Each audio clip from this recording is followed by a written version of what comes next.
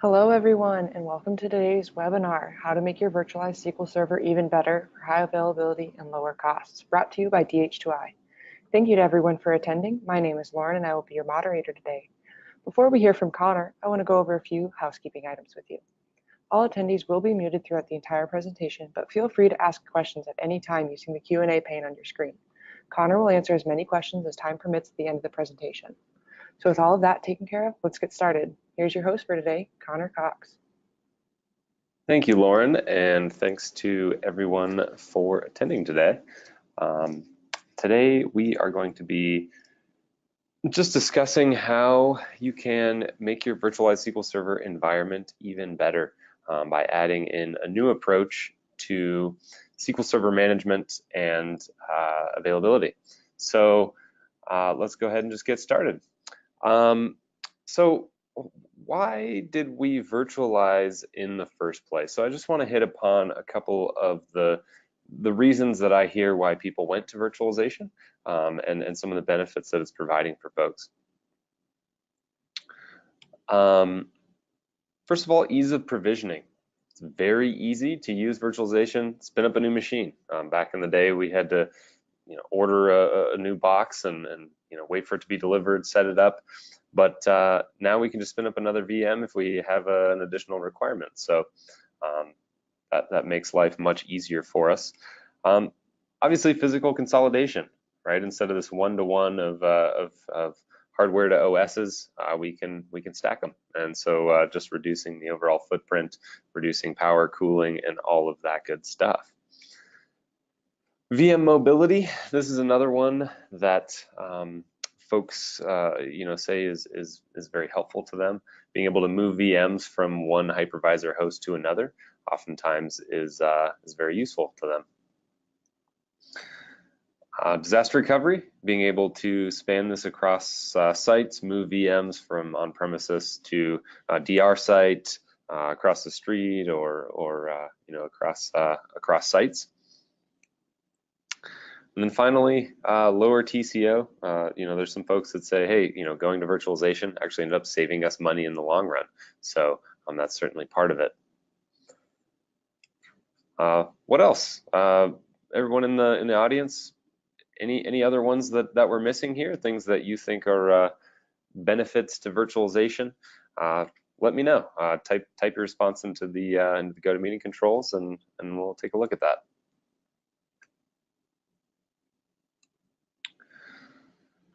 So unfortunately, it's not all rainbows and unicorns when it comes to virtualization. It's not this magic pill that we can take that just fixes everything. So what are some of the issues around virtualization, specifically for mission critical deployments such as SQL Server? The first one is that it does not, in and of itself, provide application level HA. So if you think about it, the operating system is the encapsulation entity. Okay, so that's what we use to manage and move around. And so if there's any sort of issues with that guest OS, if there's any issues with the application itself, we are not necessarily protected. Now, if there's something wrong with an underlying hypervisor host, then we're good, right? vMotion or live migration will take care of that, but we don't have any protection at the app level. And kind of related to that is just challenges around patching, updating, and upgrading. Okay, so again, we can move VMs around, that's great. If we need to do any sort of maintenance to the host, not necessarily quite as helpful for the guests, right? So if I need to, let's say, in the case of SQL Server, patch SQL Server, upgrade SQL Server, that's going to incur an outage, or with that guest OS, same thing. OS sprawl. Okay, so before virtualization, there was kind of this rampant sprawl of just machines popping up everywhere. They were physical machines. Well, now we've replicated that same problem of where we have all of these different operating systems out there, and they all require different levels of management, protection for security threats, those sorts of things. So OS sprawl is a real problem, and it's actually, I would argue, worse in virtualization because it's so easy to spin these up. So it's kind of that double-edged sword where yes, it's convenient that it's easy to spin things up, but it can very quickly get out of control, and that just can lead to some management challenges. Okay, so just the overall scale. Think about how many different virtual machines you may have in your environment and what it takes to just manage all of those various entities. And the last one here is costs. So there are a variety of ways that some, let's say, software vendors have been able to tax virtualization. So in the case of SQL Server, there are some ways in which that TCO can actually be much greater than we'd hoped because of the way that the licensing is set up. So for example, if you want to license SQL Server for virtualization, you can do what's called unlimited virtualization, and that requires Enterprise Edition and software assurance on all of the physical cores for a particular hypervisor. So that can get very expensive just because Enterprise Edition is very expensive by itself. And then there's that software assurance cost on top of that. The other option is to do it per virtual core, but that again can also be quite pricey just when you look at the number of virtual cores that folks are deploying for SQL Server. So the kind of the point of this session here is to talk about an approach that allows you to keep that virtualization stack, keep getting all of those great benefits of virtualization that we covered, but make it a little bit better. So kind of overcoming those downsides without giving any of those benefits up. So I want to introduce you to DH2I's DxEnterprise tool, and then talk about how it overcomes some of those challenges. So it is a SQL Server management tool. It's software-based. It includes built-in instance level high availability, and it allows you to kind of minimize some of that downtime associated with updates and upgrades. In some cases, avoid Enterprise Edition and software assurance, and then ease those management challenges related to OS sprawl. Okay, so how does it work? Well, really at its core, DxEnterprise is this idea of workload portability. So being able to move or rehost applications such as SQL Server, Docker containers, various services or file shares, and being able to move them from host to host. And so we use a logical abstraction layer, a host abstraction called a vhost, to decouple applications from their infrastructure and their underlying operating system. So we can do this movement of something like a SQL Server instance between hosts, and we can do it manually, right, if you need to move something from one VM to another, but we can also do it automatically for high availability. So this is where we provide that higher level of protection compared to VMs alone. So we always move the application, the SQL Server instance, to where it can run. And an application being up isn't necessarily just enough. It has to perform to your requirements. So DxEnterprise has quality of service controls for SLA assurance for both the hosts and the individual applications under management. So some folks on the call may be familiar with VM quality of service. Well, we don't only just do quality of service to the VM, but also quality of service to the application, to the SQL Server instance. Also, this can be extended to disaster recovery. Just the choice that you have there is the replication technology that you determine to want to use for this. So this session is really focused on virtualization, but I do want to call out that we also support, the software supports bare metal machines, and it also supports a hybrid environment. So you may have some bare metal machines, you want them to be able to also coexist with your virtualization stack, and we can absolutely do that as well. We also have support for legacy systems, so we can do this all the way back to SQL Server 2005 and all the way back to Windows Server 2008 R2. So oftentimes folks with SQL Server environments, they have a lot of different deployments out there, different versions, different of SQL Server and different versions of the operating system. And this allows you to pull them all into the same utility.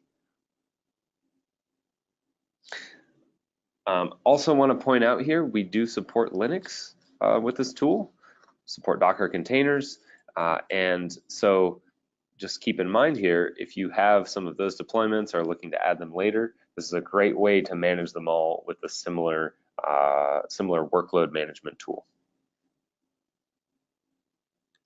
Now, in addition to being able to mix and match here, this product also gives you the ability to independently modernize the operating system, the application version, and the underlying infrastructure just as quickly as it takes to move that workload into what's new. So again, very different from virtualization in that this reduces the amount of planned downtime associated with upgrading the guest OS, the application itself.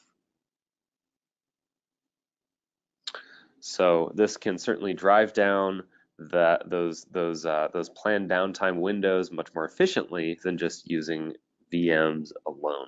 So again, VMs, great for updating hosts. So if you need to do something to a host, you can move those VMs off of that host and work on the host.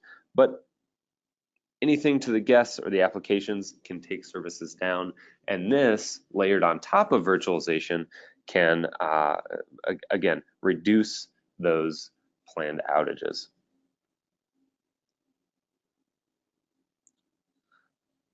So what impacts does this have to cost? Well, number one, our folks that use this solution, they use it to stack workloads within machines. Okay, so instead of having a single workload, single instance per VM, they end up running many. Okay, so that makes things very easy from a management perspective, sort of reducing that level of sprawl that we talked about at the beginning.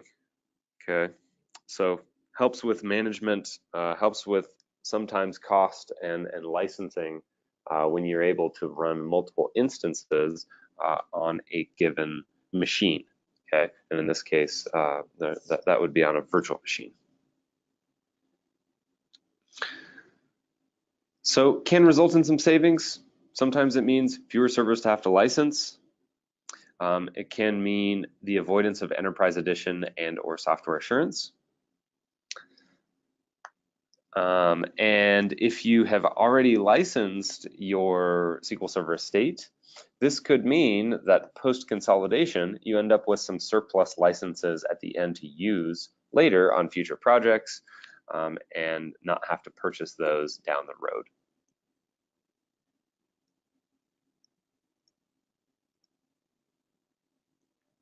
Okay, so kind of want to go into just a quick demo here to show how to configure this tool, what it looks like kind of in a post configuration setting, and then show how we can use this to reduce our planned outage windows when it comes to upgrading both a SQL Server instance and an operating system. All right, so with that, I am going to pull up a connection to a VMware virtual machine here. Now, I have been kind of mentioning VMware. We also have support for Hyper-V as well as any other hypervisor vendor of your choice. Okay, so it gives you a lot of flexibility there as well. And as I said, bare metal is also an option to use. So we're very flexible in terms of what your infrastructure choices are. It's really up to you. Okay, so whatever vendor you would like to use, that's perfectly fine. We just enhance it, make it better. Okay, so this is a Windows Server 2008 R2 VM. It is currently running SQL Server, and I'm just going to install this DxEnterprise tool on this machine. Okay, so I'm going to just walk through this installation here.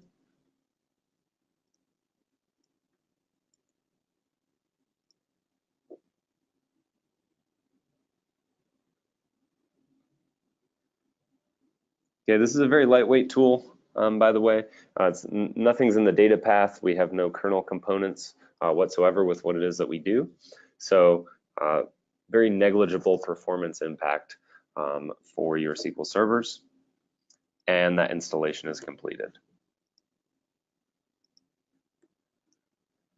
So I'm going to go ahead and launch what's called DxAdmin. Now this is the management UI for our DxEnterprise environment. We also have a client version of this tool, by the way, so if you want to install it on your on a client machine to manage your DxEnterprise environment, you can do that as well. But the first thing I need to do here is activate my DxEnterprise machine. So I'm going to enter my key and then activate. Okay, so that's done. Go ahead and close that out. And then so now we can see we essentially have a one node cluster. Now we use the word cluster because it is a group of machines that are available to run workloads and fail over amongst each other. However, there is no Microsoft clustering in this whatsoever. So that has a couple of implications. One, it's easier to set up. It's also allows us to not have to follow all the rules of Microsoft clustering. Okay, so the next thing I'm going to do here is set what's called a passkey. Okay, so this is just any key that you want to set. It is a requirement, but once you set it, we will use that same key across the cluster to connect and manage the cluster, as well as to add additional machines into this environment. Okay, so that's done. And now I'm going to go to my second machine and go ahead and install this or join another machine to the VMW2 machine. So this is another VMware virtual machine. And I have already completed the installation here, but this is a Windows Server 2016 OS. Okay, so mixing different OS versions here is completely supported with this tool.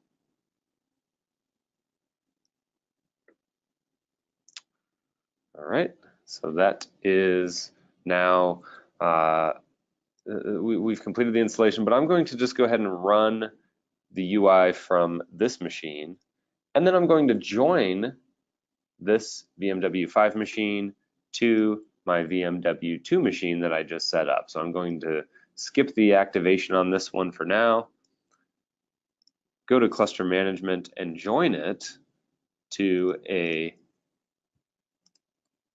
VMW2. Okay, this is where I enter my demo, or my passkey rather, and then activate and accept the EULA, click OK. Okay, so this is just, the only thing that these nodes have is that they are able to communicate with one another bidirectionally on the network. So once that and a couple of other minor prerequisites are completed, I can then join them together.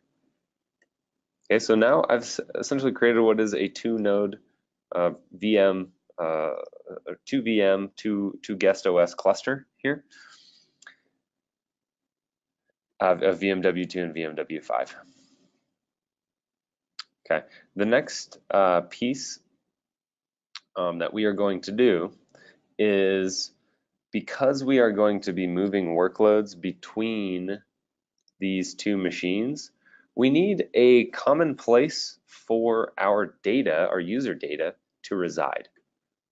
Okay, so in order to do that, we need to manage some storage.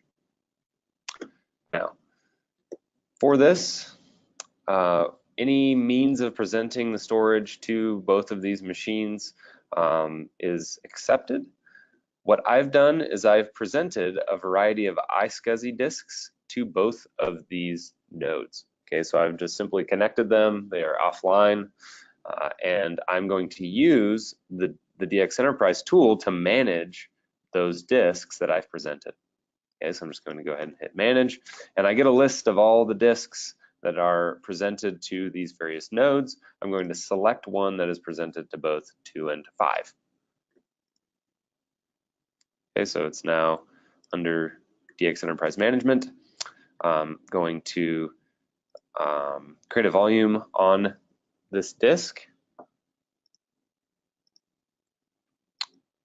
Go ahead and format it for NTFS. Pick my block size.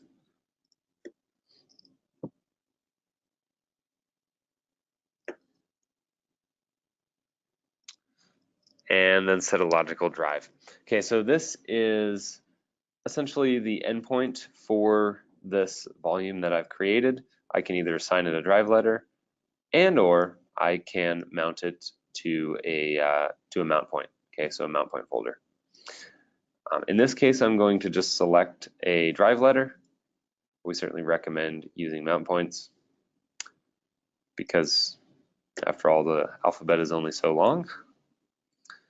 But now that we've done that, I'm going to create what's called a virtual host. Okay, this is not a virtual machine. This is that vhost entity that I mentioned earlier. All it consists of is simply a name and IP address pair. Okay, these entities need to be registered in DNS. So as long as we can resolve this name and IP address, then we can set it up as a vhost. Okay, so this vhost is called vhost1. The IP address associated with it is this .230 IP address. Now I'm selecting which nodes do I want this vhost to be able to be active on. And I'm saying first start this vhost, bind this IP address on VMW2. After that, if that were to fail over, then it would fail over onto VMW5. So we'll hit OK, yes. And now that vhost is created, .230, it is bound, it's currently active on VMW2. Okay, and I can see that IP address is down there. So when we move a vhost from one node to another, all we're doing is just rebinding that IP address.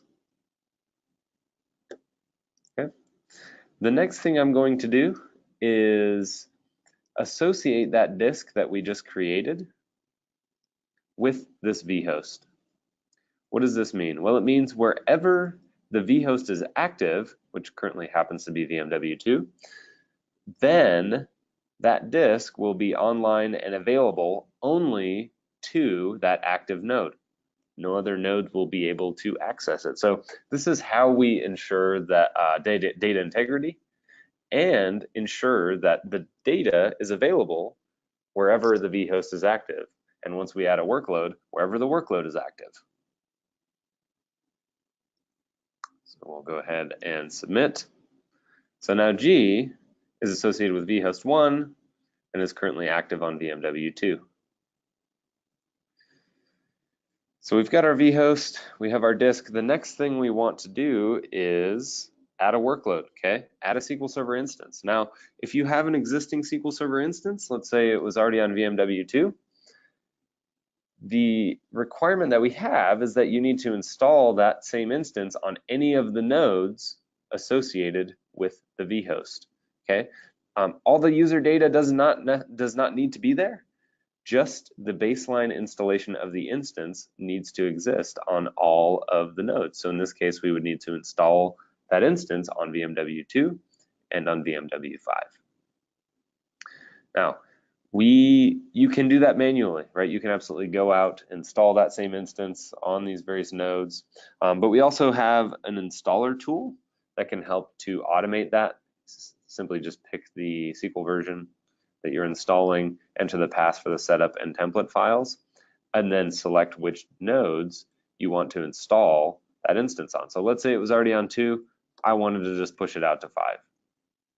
Okay, and then I would just hit install. It just does the unattended installation of a SQL instance. Now, didn't want you to have to watch me install a SQL Server instance. So what I've done is I've already installed a couple of instances on both of these nodes. And so they will show up when I say add a SQL instance to this vhost, they'll show up under this dropdown. These are instances that are installed on both nodes. Okay, so I'm going to pick one of them. You can enter any description that you would like.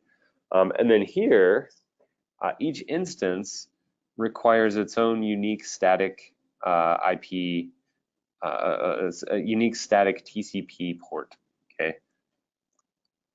So for this one, I'm going to just give it a port that I know that is available, 30,007, and then enter the path for the data and the logs. Now, we want the data and the logs for this instance to reside on the shared disk, the cluster disk associated with this vhost, which in this case would be G. So we'll just call it G data, G log. Okay, so I'm going to click OK. And as this is happening, just kind of describe to you what we're doing as part of this add an instance process.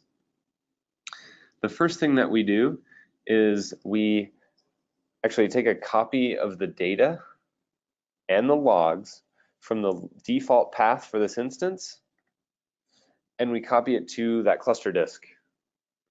Okay, so this ensures that, again, wherever the instance is active, the data is available.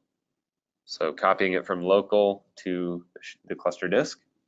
The second thing we do is we copy the registry branch for this instance, make some modifications to it, and also copy that to the cluster disk. This ensures that when the instance moves, we are inserting the most up-to-date registry for the instance into the registry. The final thing that we do is we actually do we run some T-SQL that makes this instance now believe that its server name is the vhost name. So this is what gives us that consistent connection string regardless of where the instance is active. So now you would be able to connect to this instance via vhost1 or the vhost1 IP address and customer1 or that port number. Okay, so regardless of whether the instance is active on 2 or 5, we can always connect to it the same. So that process is done, that's completed. The instance, if I click on it, I can see some various performance statistics on it. Just a demo instance, so it's not doing much right now, but I can see the version number as well as some other SQL Server information. Okay, so this instance is now highly available. So if there were to be an issue with the guest OS VMW2, it would automatically take action and start the instance up on VMW5, move that vhost, and the connection string would be the same. And so before I show you kind of that failover process, I want to show you how we can use this to reduce your planned outages. Okay, so again, in virtualized environments, doing patches, updates to SQL Server and the OS on the guests can incur downtime. Here we'll show you how to do it with the least amount of downtime possible. So if you remember, this SQL Server instance binaries are installed on both VMW2 and VMW5.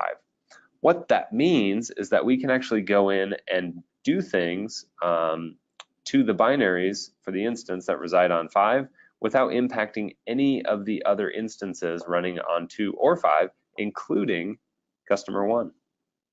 So you could go out to VMW 5, upgrade the customer 1 instance on VMW 5 without any impact.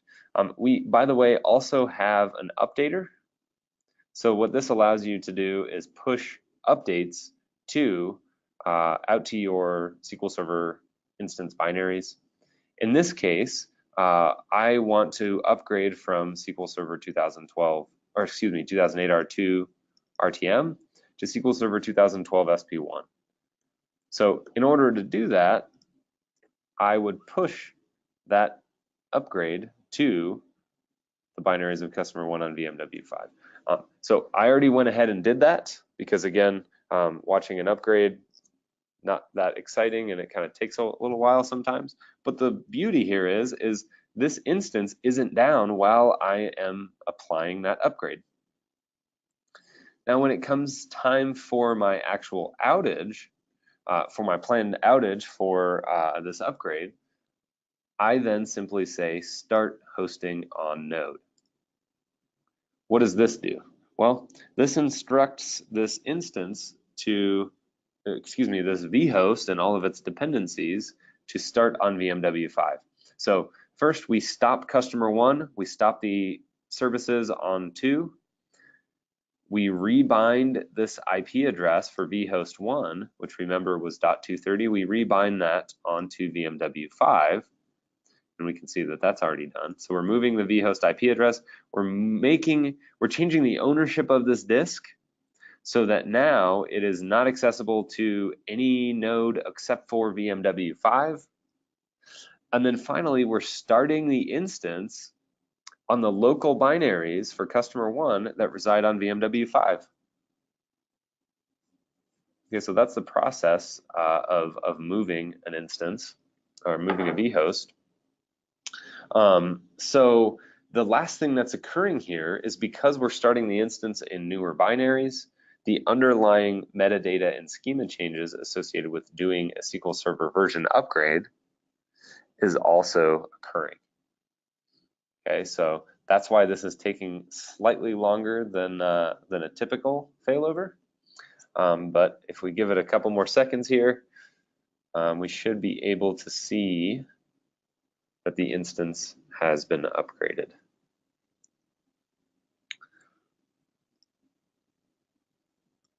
All right, and there we go, it's all done. So if we look at the version here, this has now been upgraded to SQL Server 2012 SP1. Okay, how long would that have taken you in a standalone VM environment? Okay, it would have taken far longer than the, I don't know, 40 seconds that it just took us. Also keep in mind here that we just moved this instance from a 2008 R2 guest to a Windows Server 2016 guest. Okay, how long would a full version upgrade of Windows Server take you in a standalone VM environment?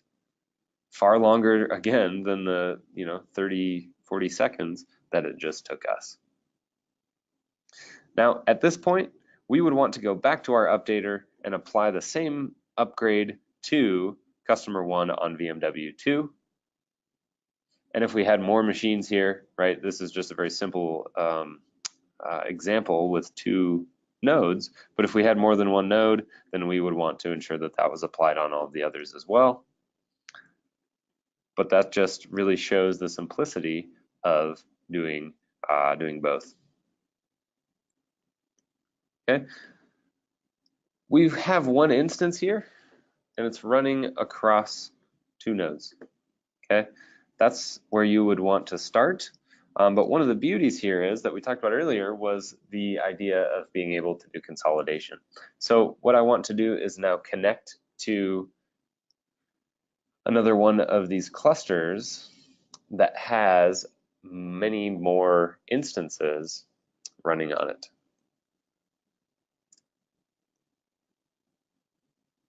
And I'll show you a little bit of a different view here.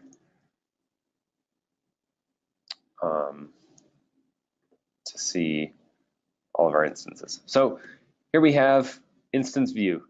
So along the first column, we have the names of the various instances in this environment. We can see the versions of SQL Server that they are running. Okay, mixed versions of SQL Server you'll notice in this environment. The virtual host they're associated with and the TCP port. And then across the last set of columns, we see the cluster nodes, okay, the names of the various nodes. And so what I'm going to do is show you here, most of them are Windows Server 2008 R2, one of them is Windows Server 2012. So we've mixed those, but we can see we have 12 SQL Server instances running across 4 VMs, okay?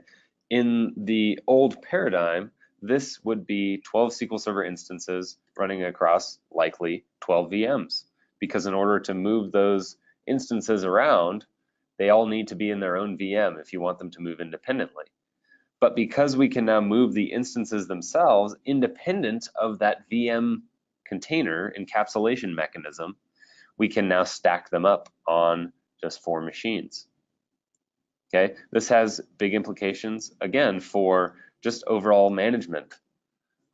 Maybe you know, now I just have 4 entities to touch rather than all 12 of those VMs. The other piece that's helpful here is it may have implications to licensing. So maybe I had to license all 12 of those VMs before. Now maybe I only have to license 4. Okay, so it can result in some cost savings as well.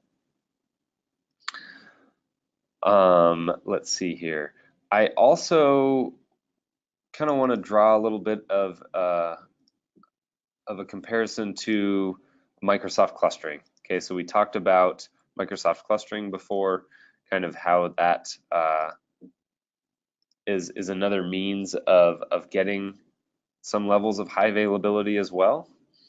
But the interesting thing here is that these instances, some of them are actually running standard edition of SQL Server. Now, Microsoft clustering requires you to run Enterprise Edition SQL Server if you want to have more than 2 nodes in the cluster. However, this is not Microsoft clustering, which means we can run, for example, a 4-node cluster on standard edition of SQL Server. So product running standard edition, running across 4 nodes. Okay, so a good way to avoid some of those licensing traps that we talked about. Okay, so all about high availability, manageability, being able to have things more flexible, and then when it comes time to tackling those planned outages, which are a big problem with virtualization alone, we can greatly reduce the amount of time associated with those activities.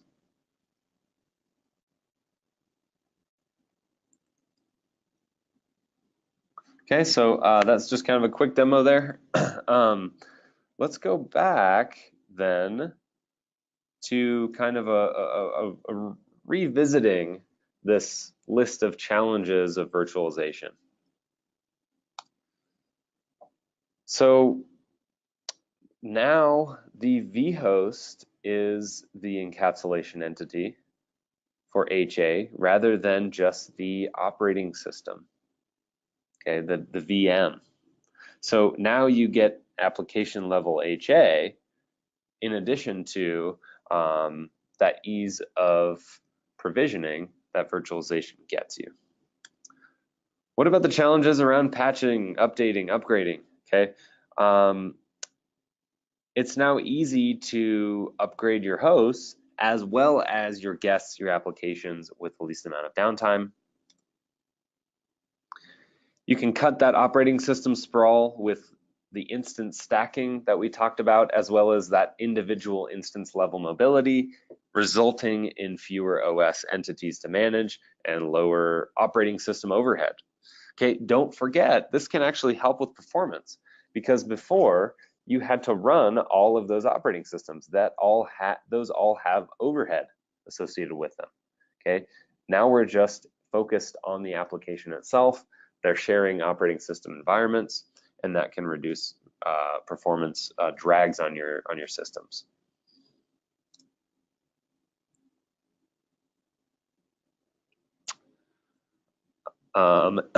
This certainly talks to kind of the pieces we talked about before, but just fewer entities to manage can make life easier.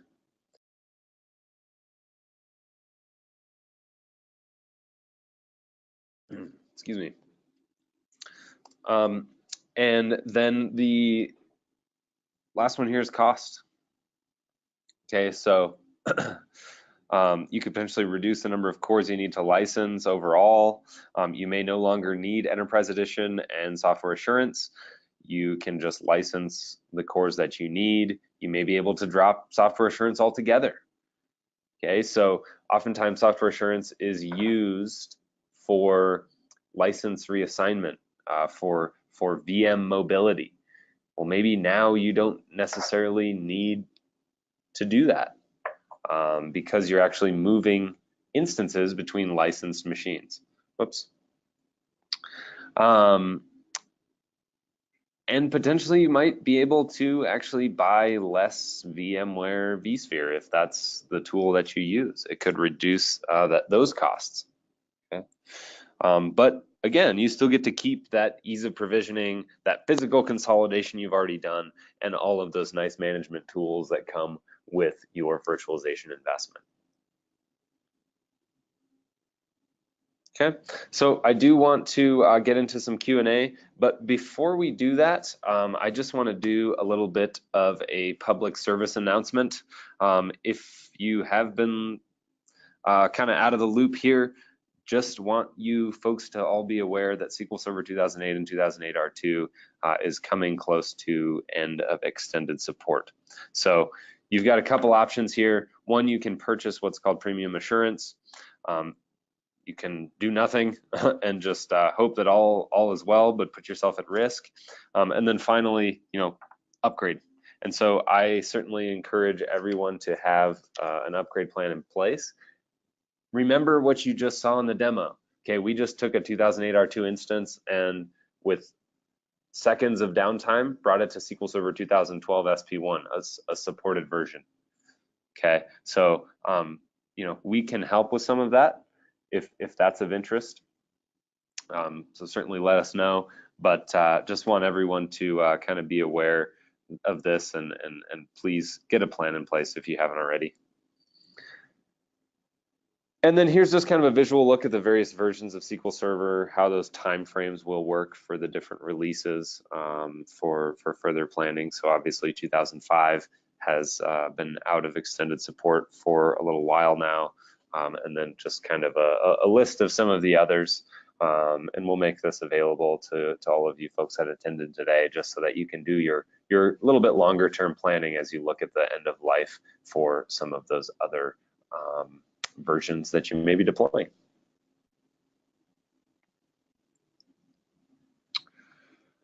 So if this is something that was interesting to you, we certainly encourage trials either on premises or in our labs.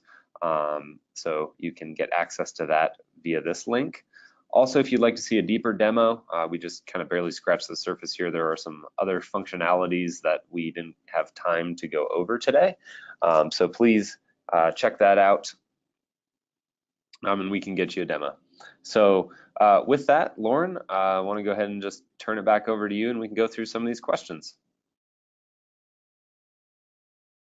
Okay, thank you, Connor. So now it's time to answer some questions. Feel free to type your questions into the pane at any time, and we'll go through as many as we can. So let me start looking at some. All right. How is DxEnterprise licensed? Yeah, so DxEnterprise itself is licensed on a per core basis. So you just basically add up all of the cores that are under management. So for virtual, it's the number of cores that the guest sees. But if you want to send me an email, info@dh2i.com, I can get you kind of a TCO document so you can see what it would kind of cost for you, and then what savings you might be able to get out of it. Okay, we have another question that says, so the storage disks are all shared between the nodes? Yes, yes. So whatever nodes you want to be able to run a particular instance need to have access to the same shared disk.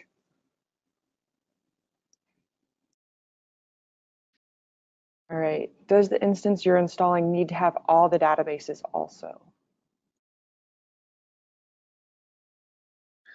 So, not sure if I fully understand the question, but basically, we just need the databases to end up on that shared disk. All the user databases and logs need to end up on that shared disk. So whether you use our tool to copy it from the local path to that shared disk, or if you want to do that via some other means, they all just need to end up on that shared disk so that we can control the ownership of where they're active. All right, and this one says, is vhost technology built on top of Docker container technology? This person missed part of the demo. No, so this is not built on top of Docker technology. However, certainly want to mention that we can manage Docker containers with this tool. So that is also an option to you. Can DxEnterprise work on other platforms? Yes, absolutely. Good question. So, this was certainly focused on SQL Server on Windows, but just go back here a couple slides and kind of go through what else we support. So we support Linux. Okay, so Red Hat, CentOS, Ubuntu, fully supported. So we can run this tool on Linux. Also, we can do mixed clusters. So we can actually add Windows and Linux into the same environment. We can support SQL Server on Linux. We can support Docker containers on Windows. We can support Docker containers on Linux. Okay. And then one more piece here. I saw in the questions, there was a question around availability groups. Okay.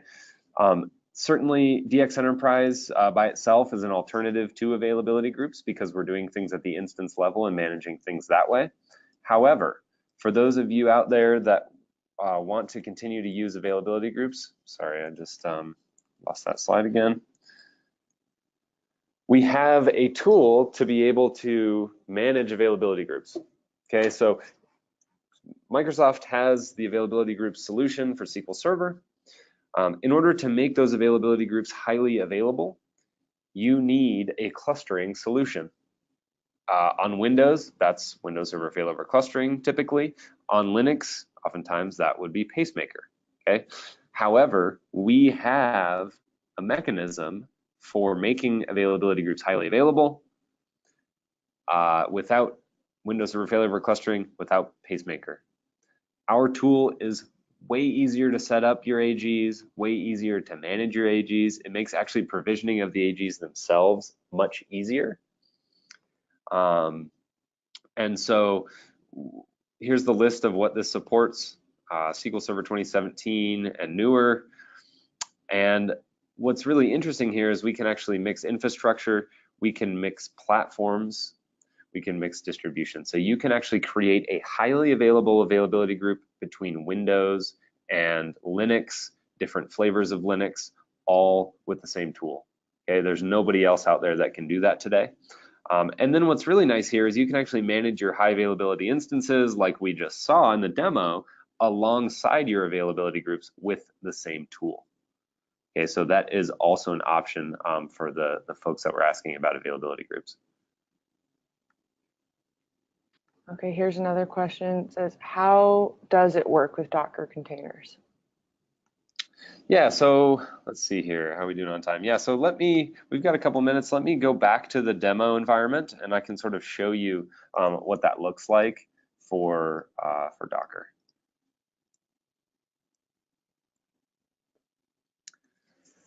Okay, so on a vhost, I have that option to add a SQL instance. Okay, you'll also notice there are a couple other options here. So SQL instance, that was the key focus of the webinar today, but we can also make file shares highly available. In addition, we can make any service highly available. So if you have any application that runs as a Windows service or a group of Windows services, we can add that here and make it attached to the vhost. It'll move with the vhost. It can assume the name of the vhost if you wish. If it has registry components that you want us to manage, those can also be added to the management of the service under the vhost. Now, Docker containers. We also have this option to add a container. So what we do here is first you can pick the type of container that you're using. So it could be a Microsoft SQL Server container, maybe MySQL, MongoDB. And so what these will do is give you the various entities here to add the variables for those certain types of containers. You can also do a custom container. Okay, so this can be any container that you want to manage under this vhost. Now, why is this interesting? Why is this needed? Well, for containers that are what we would call stateful. So in other words, they have a stateful data that are associated with the container. Management of that without a tool like this can be very challenging for HA, but we manage that statefulness.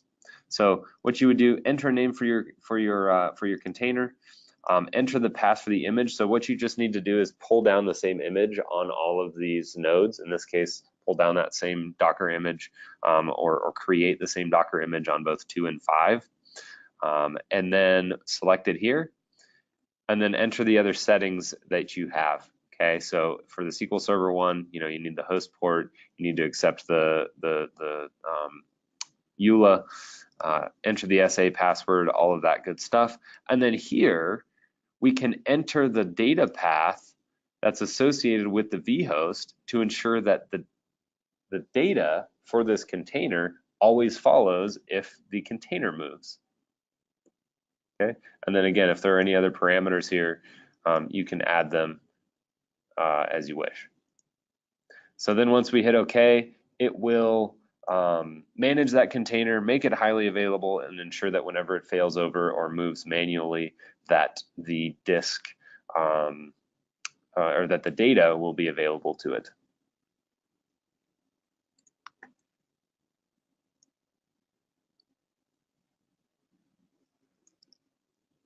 All right, let's see. How many instances do I need to have for the solution to make sense? So really anywhere from just a couple instances to more. So if you have a couple instances that need to be protected for high availability, help prevent those planned outage windows from being quite so long, then this can help you. Okay. Where the savings really starts to add up is for much larger SQL Server environments. And then that's where you can really get into some of the consolidation, right, that we talked about before, running many instances on fewer machines.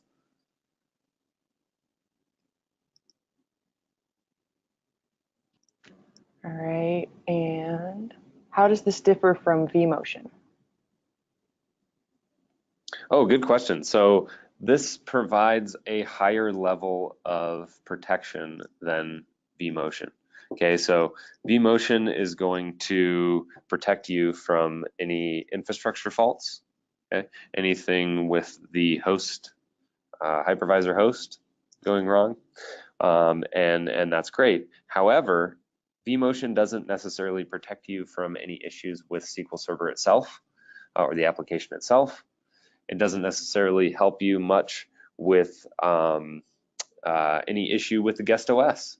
Okay, let's say you have a guest that blue screens. and your SQL Server is running on it. Well, vMotion isn't going to help you in that case, but this tool does. So it's really a higher level of abstraction, higher level of protection from just something like vMotion alone.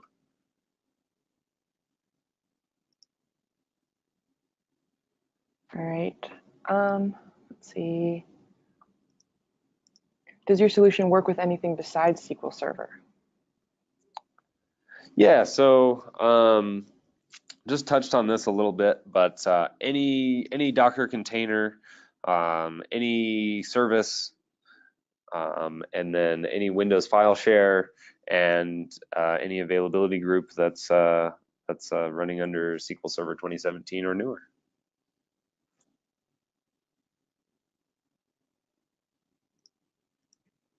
And how many instances can I stack on a node? Yeah, good question. So I mean, it kind of depends upon the host and the performance requirement of the instances that you're stacking. The hard limit that's out there, and that's put in place by Microsoft, is 50 instances. So if you go to install SQL Server instances on a node, you can install up to 50. Once you try and install the 51st, the installer will fail. It will not let you install that 51st instance. So really that means that the physical limit is really 50 instances per cluster. But again, it's going to depend upon what your requirements are. Typically, we see anywhere from 5 to 15 instances active on each node at any given time. But that being said, we do have customers that have hit and continue to run up against that 50 instance limit in their clusters because they have very large machines and they're stacking to a very great extent. So again, it depends, but I would say anywhere from 5 to 15 or 20 is kind of what's average for our customers.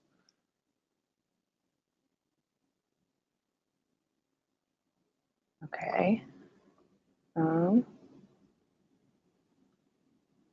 Do you need Windows Server failover cluster for this solution? No, and so in fact, this is an alternative to Windows Server failover clustering. So it doesn't work with Windows Server failover clustering, and it is, in my opinion, much more flexible. I think because we don't use Windows Server failover clustering, we are able to avoid a lot of the traps of Windows Server failover clustering. So not only from a management perspective, but also just from a perspective of node limit on a cluster. So again, if you're using Windows Server failover clustering, you can have 2 nodes on standard edition. As soon as you go to add that 3rd node, that's an enterprise edition requirement. With us, you can make a cluster of as many nodes as you want and do it on standard edition or even express edition if you wanted to. So it's a big difference in both management and just the requirements that we have to follow for it. All right, and it looks like we're right about out of time, but there are some more questions, so we can follow up with you guys personally afterwards. But thank you to everyone for joining us. That is all the time we have. But yeah, we'll be following up with you shortly with the recording of this webinar and also the answers to the unanswered questions. Thank you for your participation, and we hope to see you at our other upcoming webinars. Thanks.